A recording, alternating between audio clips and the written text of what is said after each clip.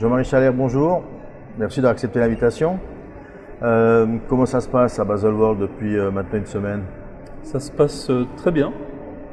Ça se passe même mieux qu'on l'imaginait. Cette année, nous allons tripler notre chiffre d'affaires et c'est une belle croissance pour une marque indépendante. Ça montre que le nom de Louis Moinet, qui était un nom oublié, retrouve toute sa splendeur et ça nous fait un énorme plaisir. Là, vous travaillez sur différents marchés bien spécifiques ou vous êtes organisé depuis toutes ces années à travailler les marchés les uns après les autres? Comment est-ce que vous fonctionnez? Ça se passe de manière organique. Ok. C'est-à-dire que notre concept, c'est la montre mécanique en édition limitée. Et c'est un concept exclusif qu'on aime partager avec souvent des gens qui sont des amis et qui ont des très beaux magasins d'horlogerie. Et on ne peut pas brûler les étapes, donc on commence avec ceux qui manifestent le plus d'intérêt. Aujourd'hui, on a un très bon réseau de vente au Moyen-Orient. On a des très bons clients en Russie et dans les pays limitrophes de la Russie. Et puis, on commence à être bien implanté aux États-Unis ainsi qu'en Europe, un peu moins en Asie pour l'instant. Ça représente combien de points de vente en tout? On a une quarantaine de points de vente à travers le monde. Et comment vous imaginez ces 12 prochains mois? Vous êtes confiant? Oui, très confiant. Les marchés sont confiants? Vous savez, on a une très belle histoire, c'est qu'il y avait deux grands horlogers dans le Paris du 19e siècle, qui était l'âge des Lumières de l'horlogerie. C'est là où toutes les grandes inventions ont été faites.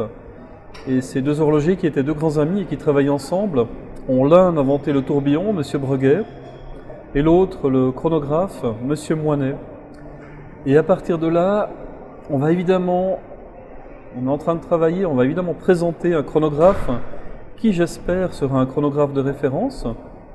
Ça devrait être au mois d'octobre cette année, au mois d'octobre.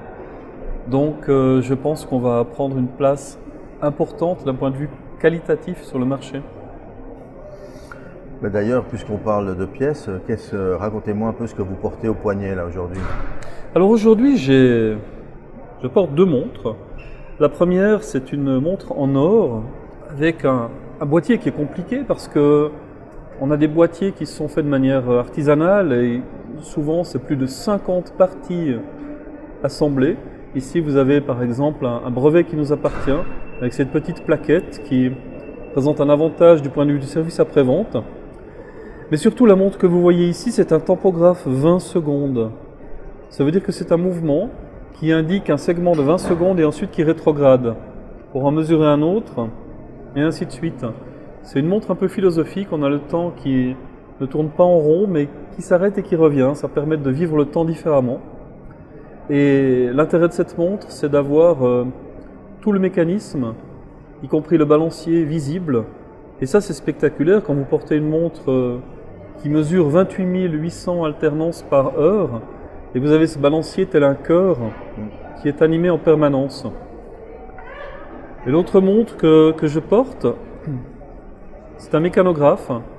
C'est une montre en titane, donc elle est très légère. Et c'est une montre qui présente d'un côté notre décor particulier, les côtes du Jura, et de l'autre côté le mécanisme ajouré également. C'est un chronomètre qui a gagné un prix de chronométrie l'année passée au concours international de chronométrie où c'était la seule montre d'une marque indépendante à gagner un prix. Je me souviens. Alors bon, j'imagine bien que vous avez différents projets dans les tiroirs pour ces prochaines années, mais est-ce qu'il y en a un dont vous pouvez nous parler en exclusivité? Je n'ai pas cette prétention, mais est-ce que vous pouvez nous parler d'un projet qui est proche de la sortie dans les 12 prochains mois? Il y en a effectivement plusieurs. Vous avez parlé du chronographe, effectivement, excusez-moi, mais est-ce qu'il y en a d'autres?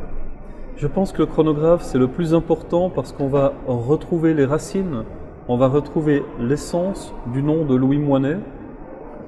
D'autres projets, c'est de compléter notre assortiment de montres mécaniques. On a par exemple différents modèles dans la série Les Trésors du Monde.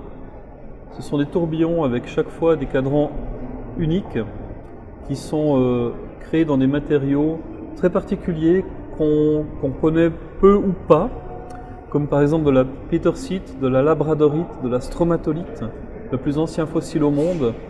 Et avec ça, on découvre plein de choses qu'il y a dans cette terre et qui sont des choses merveilleuses. Également, dans le chapitre des tourbillons, on a sorti un autre tourbillon dont la barrette est réalisée en or 18 carats, un tourbillon qui s'appelle Vertalor, où là aussi on a le souci de, toujours depuis la naissance de Louis Moinet, de créer des objets qui sont des objets qui mêlent l'art et la technologie. Comment est-ce que vous imaginez la marque dans 5, 6, 7 ans? Vous l'imaginez d'ailleurs? Je pense que oui. Oui. Pour l'instant, je dirais qu'on suit le chemin qu'on s'est tracé. Le premier objectif, quand j'ai repris ce nom, qui était oublié, c'était l'aube des années 2000, 2001, c'était de redonner la position qui était la sienne au XIXe siècle au nom de Louis Moinet, qui était un grand horloger, mais qui avait été oublié. Donc je dirais que ça, avec la découverte du chronographe, on l'a réalisé. Maintenant, c'est de prendre un peu plus de place sur le marché. Le marché horloger, il est difficile, parce que d'un côté, il y a des grands groupes qui prennent beaucoup de place, c'est bien sûr leur rôle, et de l'autre côté, il y a des indépendants qui se battent pour avoir un accès au soleil, et ça, c'est souvent très compliqué. Je pense qu'on est sur le bon chemin. Et aujourd'hui, je dirais que moi je pense que dans 5 à 10 ans, j'espère qu'on poursuive notre croissance et la croissance d'une marque indépendante de niche qui réalise des objets qui sont particuliers, sont souvent uniques et qui les partage avec un groupe de collectionneurs et d'amateurs d'horlogerie qui en aiment l'exclusivité. Donc, c'est pas qu'on va donner une autre orientation à cette marque et qu'elle devienne très commerciale et qu'on passe de nos 500 pièces qu'on fait actuellement à 10, 20 ou 30 000 pièces. Pas du tout. On aimerait en faire 1000, peut-être un peu plus, mais pas beaucoup plus, de manière à garder cette recette qui aujourd'hui fait notre succès. Question peut-être un peu plus personnelle.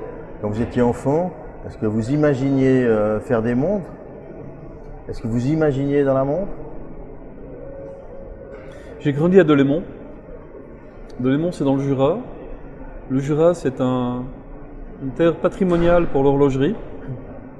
Et déjà tout petit enfant, j'ai compris à travers les discours de beaucoup de gens dans ma famille et dans nos proches que la montre n'était pas un produit, mais un objet très important dans lequel on devait mettre tout son cœur et que c'était un objet important pour nous parce que justement, c'était un relais de patrimoine entre le Jura, la Suisse et l'étranger.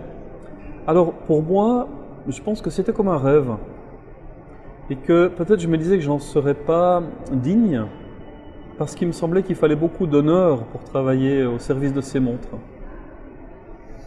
Très beau ce que vous dites. Merci. Dernière question, est-ce que ça fait maintenant de nombreuses années que vous dirigez cette marque, est-ce qu'il y a des fois des journalistes, vous vous êtes dit, mais tiens, pourquoi est-ce qu'ils ne me posent pas cette question? Est-ce qu'il y a une question qu'on ne vous a jamais posée?